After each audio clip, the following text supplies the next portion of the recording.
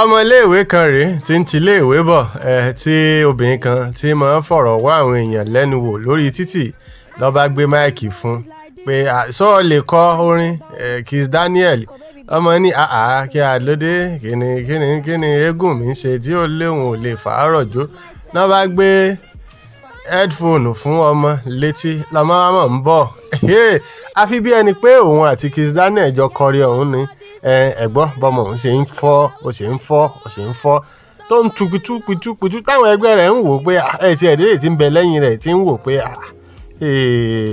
ṣé ilé ayé kan náà lájọ wà bí ń bọ́ lọ́mọ ilé ti mọ gbogbo orin gbogbo lírìsì àwọn èèyàn ti ń sọ pé ọmọ yìí ló jẹ́ káwọn mọ gbogbo ọ̀rọ̀ tí wọ́n ń sọ nínú orin yìí ẹ wá wò ó ni wọ́n ti ń wá ọmọ òun kiri yìí o.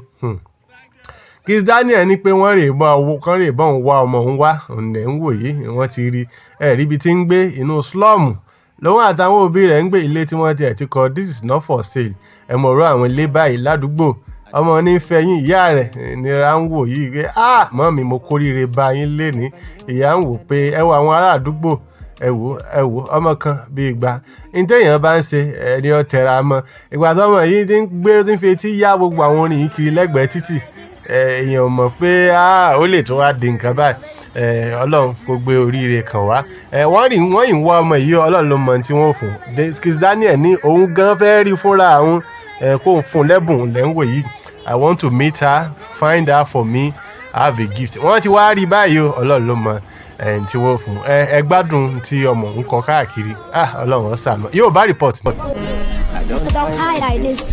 I just drink anything I see. I never prayed for this. I never knew we go end like this. And if you're done with me, oh baby, Biko just sets me free. Cause I don't wait for this. For your love, I lose my senses. Fine boy like me. Fine boy like me. Don't call me cheap, girl. I'm not for this. Girl, I'm not for this. And I promise you I will fight someone. No. Making up on me water. Making up on me. But I'm for best, I swear. If I do you bad, not pour me water.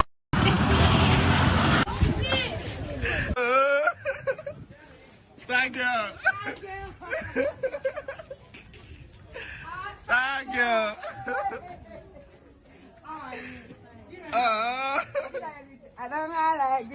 I don't hide like this. I don't drink anything I see. I never prayed for this. I never knew it could end like this. Girl, if you're done with me, oh baby, Biko just set me free. Yeah, play the song. If you have the song. I never know you could end like this. Hey. And if you're down with me, hey. Oh baby, Biko just set me free. Hey. Cause I don't crazy like this. Oh shit. For your love, I lose myself. Fine boy like me. Hey. Fine boy like me. Wow. Don't promise. And I promise you I will find someone, no. Making up for me, water. Making up for me.